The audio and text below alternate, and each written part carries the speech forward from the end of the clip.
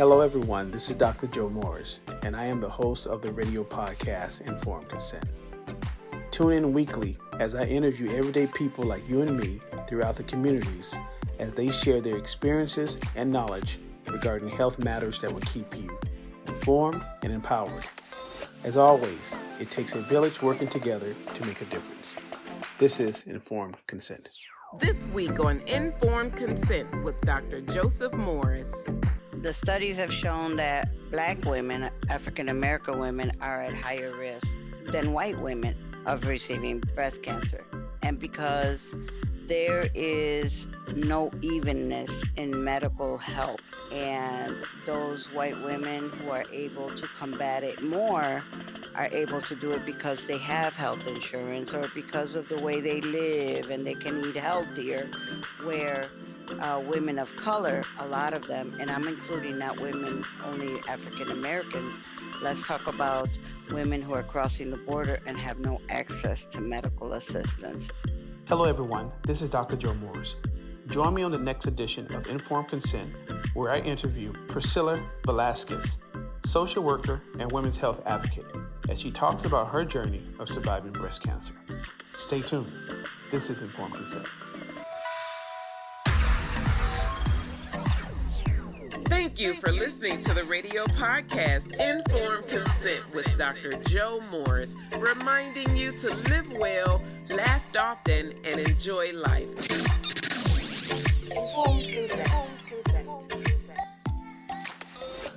Hello, everyone. This is Dr. Morris, and thank you again for joining me on Informed Consent. We have a great show today, and we're going to be talking about a very sensitive topic today on the show, and it's centered around breast cancer. And the person I've asked to come on to the show is Miss Priscilla Velasquez, and I'm sure she's going to correct me on her last name because my Spanish I'm working on it. It's a work in progress. But nevertheless, let me give you just a little background of Priscilla before we get into the show. Priscilla has a master's degree in social work. She also has a certificate in Latino competency and child welfare specialization. She also worked as an investigator for Child Protective Services in the state of Arizona. She retired in 2012 from the United States Navy after 20 years of service. So again, thank you again for all that you do for serving the country, Priscilla. She currently is working as a kidney dialysis social worker. And last but not least, now you guys definitely have to tune into this. She's a community advocate of women, and she's the founder of a group where she has over 800 women following her on Facebook. And the group is called the Precious Pink Warriors. And this group is dedicated for all women of all walks of life, including those women who are transgender. The group is set up for women to talk about many of their obstacles that they had to overcome, including discrimination, domestic violence, and many other issues. So with no further ado, Priscilla, welcome to the show. And before we get started, please correct me on your last name. Hi, Doctor. Yes, my name is Priscilla Velasquez. Velasquez. Oh, that's nice. Okay. Thank Thank you. Yes, thank you again for coming on to the show. We know that you're very busy in all that you do. And the topic today is a very sensitive topic to discuss, but well needed. And especially if we talk about this topic as relates to women of color, particularly, maybe African American women who are out there listening, and Hispanic women who are listening. Just a little bit about what I've read in regards to breast cancer. We know that, this disorder, it does not discriminate, right? And it does affect women of color a little bit more disproportionately than non-women of color. So I'm hoping that you can just give us a little data surrounding that. But more importantly, I want to talk about your journey and some of the take-home points and how women who are listening and or men who are listening as well to the show and how they can be better informed. Yes. Hi. Thank you for all the introduction. I don't know what else to say except, talk about my breast cancer journey. I was in the middle of my master's program in 2012, and I had already retired from the United States Navy September 1st. And that same month, I was diagnosed with something that's called DCIS. DCIS breast cancer is I had the cells for the cancer, but it had not gone into the ducts. So they caught it right in the beginning. So that journey freaked me out. And imagine being in their second year of your master's program, and I had two underage daughters, living at home with me. So it was a very big emotional toll because it's not something that runs in my family. However, prior to that, my doctor kept telling me, you need to get your diabetes under control, your cholesterol, and your weight. I was weighing in almost 220 pounds. I didn't pay attention because, I could do whatever I want. And so then I was diagnosed with the breast cancer, and it's been quite a journey. I got the diagnosis in September, and in October, Breast Cancer Awareness Month, is when I had the operation. I was a very big, busty woman, a 44 triple D. So getting a breast reduced for me because of the cancer was very emotionally tolling on me, because as a woman, when you're growing up, that is what makes us women. We feed our children, we've given men pleasure out of them, and this is what I was known as, busty. So that was an emotional toll that took me about 3 years um, to get over because of the depression and all of that. Wow. So thank you for your just being open and transparent about it. Mm-hmm. And so I'm sure during your journey, especially you mentioned while you was in school, Mm-hmm. I imagine that it definitely had a different toll on you. Were you able to go through the Concentrate? No. Yes. No. I Okay. could not concentrate, so I did. And I wanted to quit. I had one friend who said, "Don't worry, we could study together," because it was like a computer drive, my brain, and then all of a sudden, wham, it went empty. And I hardly spoke, and everybody that was speaking, so high class in my view, everybody was so, and I was very insecure during school.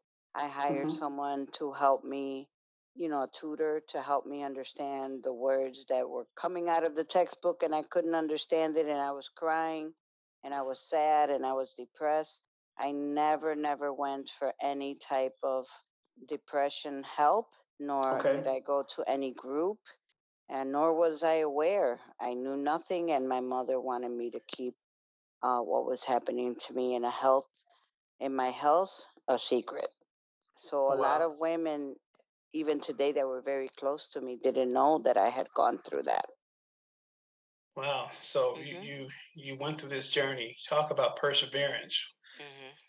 You definitely defy the odds. So Priscilla, for our listeners out there who may be faced with breast cancer, or have a loved one who's faced with breast cancer, or even who just may be interested in learning more, is the disease, is it contagious, or and are there any classic symptoms we should look for? No. For me, there was no classic symptoms. I didn't have any pain. I didn't know. What happened was when I went to my doctor's appointment, she got a little bit mad at me, and I felt bad because she was such a nice doctor. And she says, "You're a beautiful girl, and look at you letting yourself go, and you need to go and get a checkup." Because I was late on getting my breast cancer checked up. After 40, they want you to go once a year. So when I went, and it was no big deal, I knew how to go to my breast cancer checkup, and they called me and said, "Can you come back?" And that was the first time that happened. And I said, "Come back for what?" "We just want to double check, That was the first time that they asked me come back. And then I said, "Okay." And then I went back, and then they called me back another week later, and they're like, "Oh, we need you to come back again because we see something." So I went back like two more times, and then my doctor called me and said, I don't care what I'm doing in my office. You tell the ladies up front that you're coming to see me right now. And I made the mistake of bringing my 12-year-old child with me. And they told me I had breast cancer. And then I started crying. And then it was very emotional for me. And then I turned around as I was saying, oh my God. And my daughter was 12 years old, just shaking and crying. So then and there, I decided that I'm going to do whatever it takes to beat this. It's interesting you mentioned that you brought your daughter with you. So this is confirmation that not only do the person who's diagnosed with breast cancer take this journey, but also the family members or the loved ones take this journey as well. Okay. And how does your daughter how does she digest it? Well, she was crying, and we both sat there at the doctor's office crying. I think we were there for over an hour, and the nurses were coming in, and they were setting everything up for me. And I just feel like I was in a cloud because I didn't know what was happening. And so I decided then that I'm going to do everything I need because I have underage daughters. Mm-hmm. So what treatments did you undergo during this process? Like I said, I was like in a fog, so I did not choose anything. It went so fast that even today I still can't understand how everything happened. And so I just said, okay. I'm lucky that I had really good doctors. I was with the 21st Oncology, and I had a really good doctor that told me what was happening, what was going to be done. I didn't say, no, I want this, I want that. But she would present to me options. And then my mom went with me, and we decided what was the best option for me. So because I had such big breasts, I did not have a mastectomy where they take off the entire breast. They just went ahead and they did a lumpectomy where they took it off of that part. And so then they sent me to a plastic surgeon who saw my breasts, and then he started saying what he was going to do. And I said, okay, but I didn't understand anything, but everything was done right. They did a lumpectomy, and then because they were able to get the cancer right on time, I did not need You didn't have to undergo chemotherapy or radiation. I did not, but I did have to undergo radiation every day for a full month. Okay. And so during that time, did you? I know sometimes when people undergo radiation, that's one of their fears: hair loss and nausea, vomiting. Did you have any of those symptoms? Mm-hmm. So radiation does not do any of that. But Okay. I always felt tired. I don't know if it was from the depression, but I did. I felt tired a lot. So radiation is just like getting an X-ray, except it's concentrated and they put it really close to your skin. So for like a year after my radiation, I looked like I had a suntan on my left side of my breast. So to this day, how are you doing now? So how long has it been since you were diagnosed and treated and along this journey? This October, it'll be 9 years. Awesome. 12, Awesome. 12, 21, we're 21. Yeah, and 22, it'll be 10. Now 9 years in remission. I have remission? nothing. Yeah, Okay. but I've also taken care of myself in what I eat, in what I've lost over 80 pounds. So, wow, congratulations. Thank you. And 80 pounds? 80 pounds, and I'm happy to report that I used to be a 44 triple D.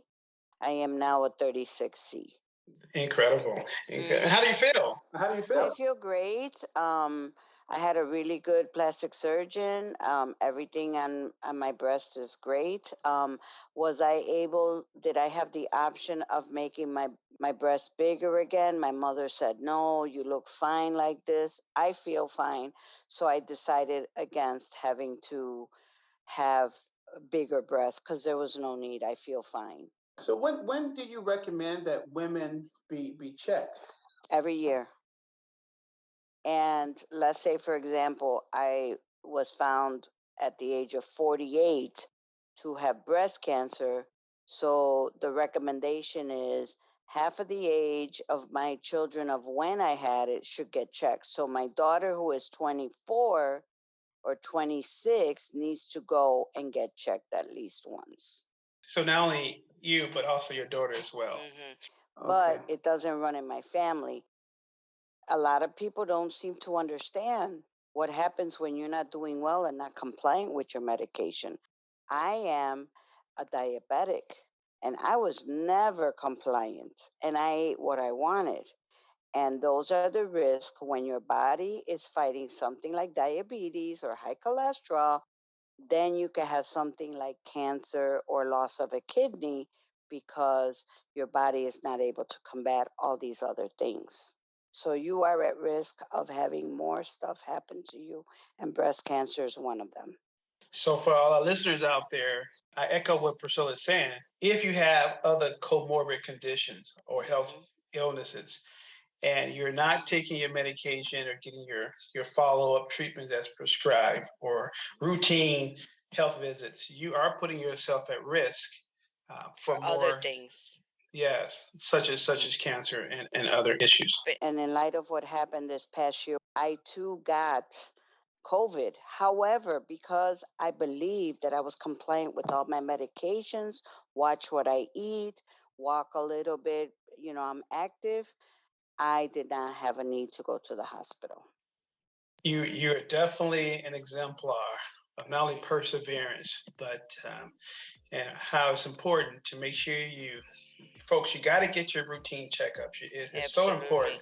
You got to follow up with your primary health provider.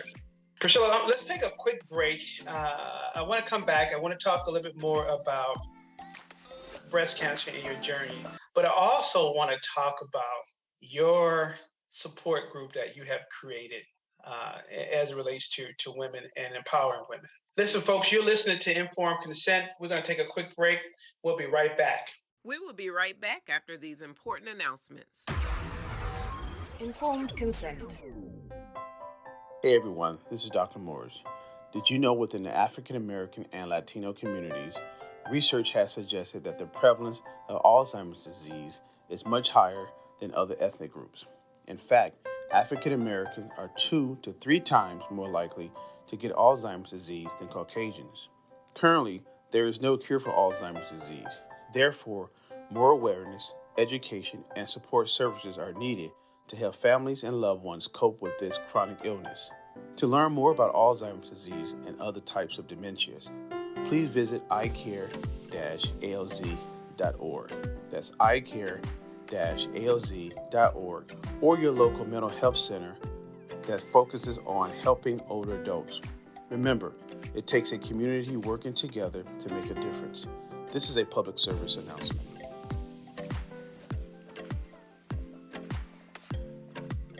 Welcome back to Informed Consent.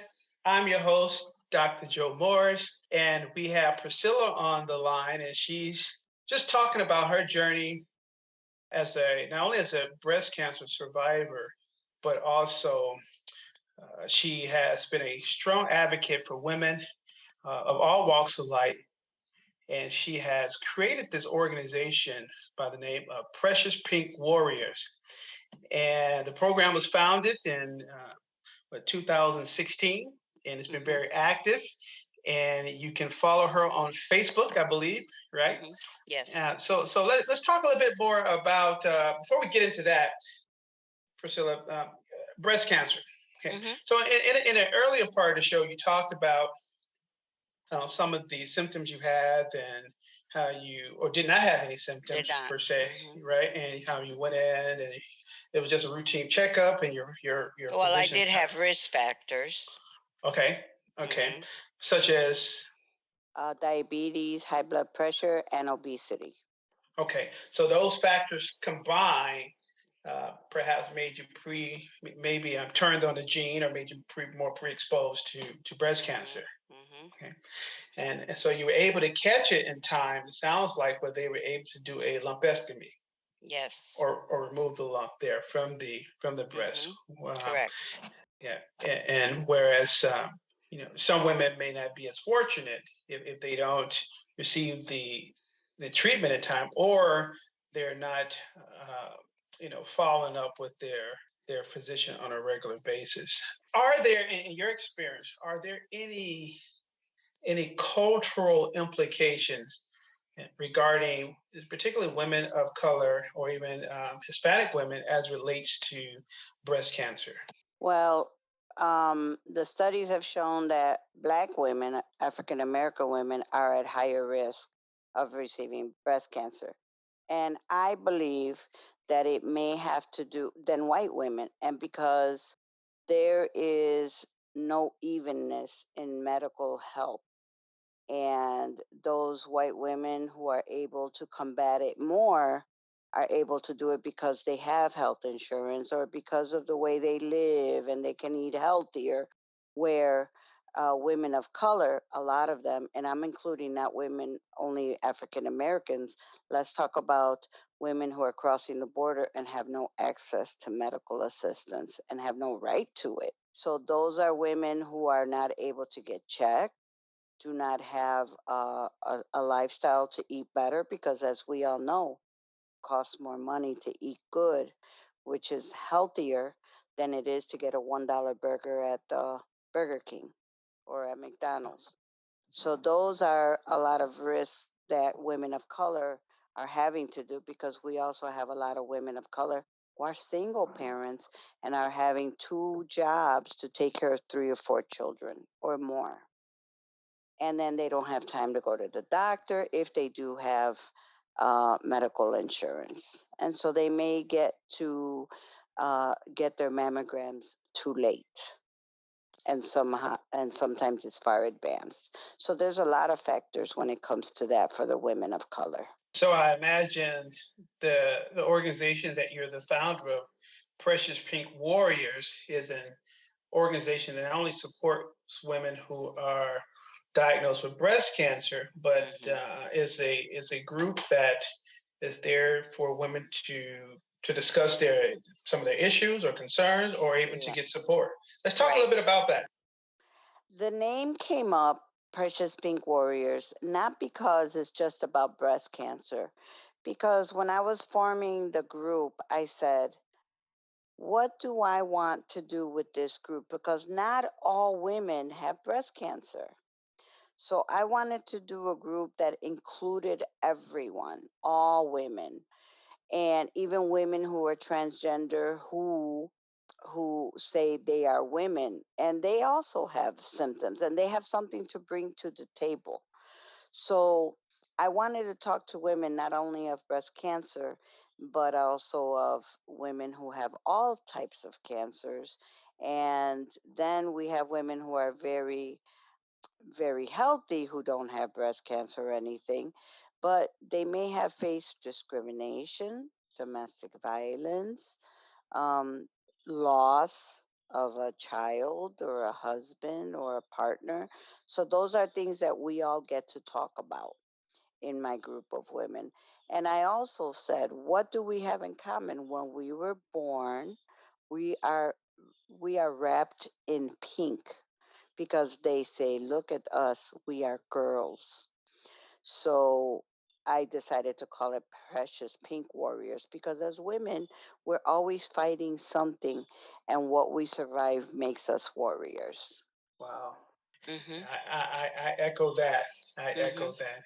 And you're doing such a great job in the community, and I want to commend you Thank for all the work that you've done. I want to salute you you. for also being a breast cancer survivor and an advocate for all women, Mm-hmm. and also just a community support.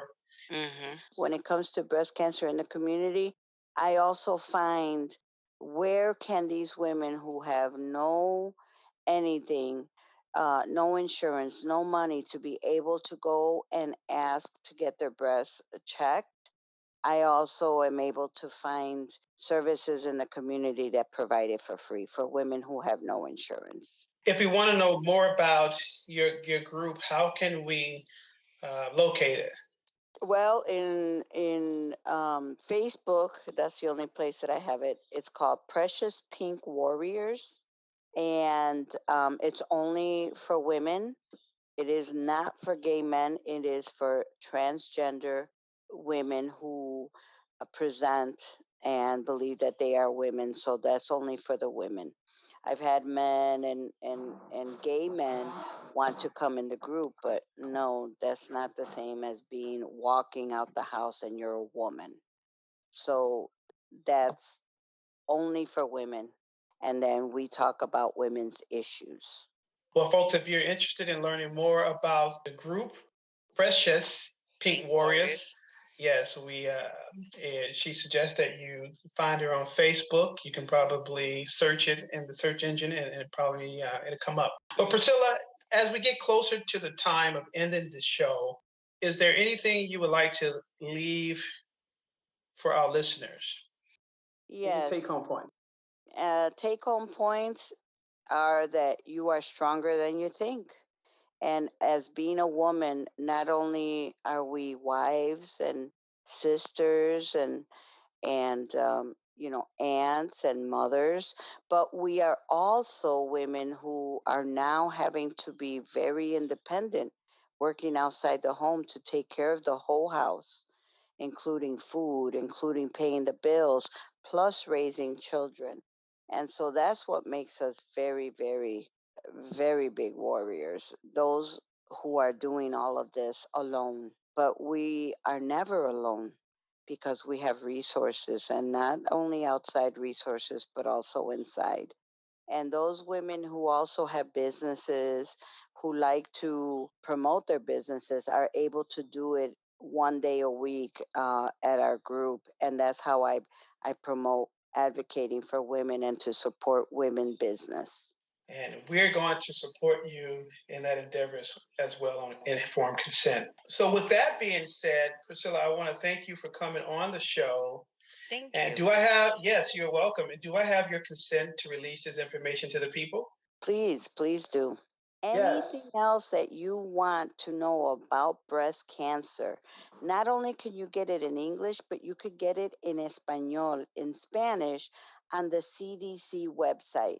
To me, I like to go to a reputable place which has, up-to-date information on what are your risk factors for breast cancer, what you can do to reduce your risks, and they will also give you a list of where you could get free mammograms in your state. Well, there you have it, folks. You have now been informed and consented. Thank you again, Priscilla, for being on the show. Listen, folks, join us next time on the show as we continue to keep you updated on health matters that keep you informed and engaged. Until next time, I'm your host, Dr. Joe Morris, and remember, it takes a village working together to make a difference. You've now been informed. Join us next time as we continue to explore topics that keep you informed and engaged on matters that promote healthy lifestyle. Informed consent. Informed consent. Informed consent. Informed consent. Informed